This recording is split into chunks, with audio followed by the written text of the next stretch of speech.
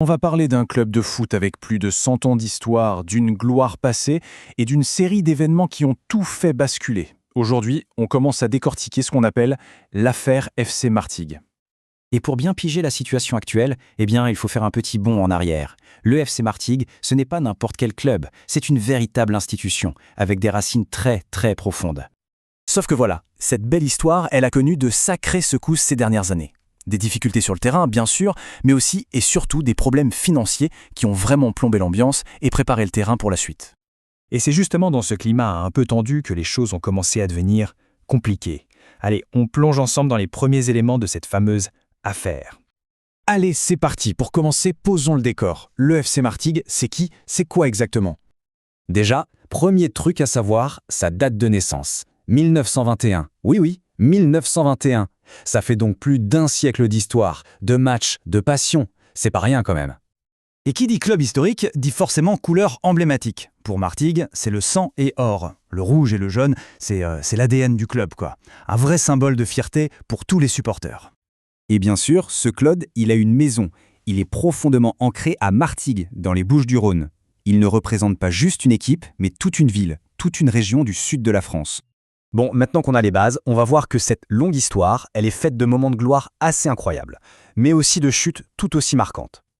Alors là, l'apogée, le moment de pure folie pour le FC Martigues, c'était les années 90. Faut s'imaginer le club qui réussit l'exploit de monter en Division 1, l'élite du foot français à l'époque, un truc de dingue, un souvenir gravé à jamais pour les fans. Et là, le contraste, il est juste énorme. D'un côté, on a l'âge d'or, les paillettes de la D1 dans les années 90, et de l'autre, des années récentes, beaucoup plus sombres. Des galères sur le terrain et aussi dans les comptes. C'est précisément sur ce terreau, cette crise à la fois sportive et financière, que l'histoire va prendre un tout autre tournant. C'est là que naît ce qu'on appelle aujourd'hui l'affaire. Justement, l'affaire, on entend ce mot partout. Mais concrètement, ça veut dire quoi? Qu'est-ce qu'il y a vraiment derrière ce terme un peu fourre-tout? Alors, point super important, faut pas imaginer l'affaire comme un seul gros scandale. Non, c'est plutôt un enchaînement d'événements, une sorte de feuilleton avec pas mal de zones d'ombre, de points qui sont encore en dispute aujourd'hui. Du coup, par où ça commence, toute cette histoire? Eh bien, le premier acte, si on peut dire, nous emmène vers une personnalité qu'on n'attendait pas du tout sur un terrain de foot.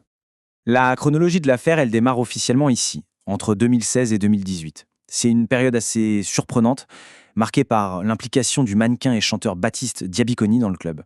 Et comme on le devine, ce n'est que le début de l'iceberg. Donc voilà, ce premier épisode avec Diabiconi, au lieu de donner des réponses, il ouvre en quelque sorte la boîte de Pandore. Ça soulève tout un tas de questions. La première question qu'on se pose tous, c'est d'accord, mais quel a été l'impact réel de cette période? Au-delà du buzz, est-ce que ça a été bon ou mauvais pour le FC Martigues, sur le plan sportif et surtout financier? Et puis après, une fois le chapitre Diabiconi refermé en 2018, qu'est-ce qui s'est passé? Quels sont les autres dominos qui sont tombés pour qu'on en arrive à parler d'une affaire aussi complexe et qui dure encore? Ce qui est certain, c'est qu'on est loin, très loin d'avoir le fin mot de l'histoire. C'est un peu comme un puzzle géant, mais il manque encore plein de pièces. L'affaire FC Martigues ne fait que commencer, et elle nous laisse avec cette question en suspens.